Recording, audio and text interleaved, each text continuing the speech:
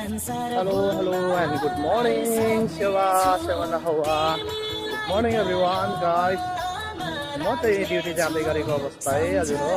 अनि हजुर पनि ड्युटी जाँदै हुनुहुन्छ होला, नाइट ड्युटी गरेर फर्किँदै हुनुहुन्छ होला।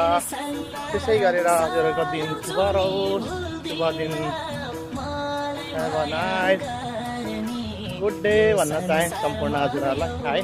म चाहिँ ड्युटी जाँदैछु है त, के गर्ने है।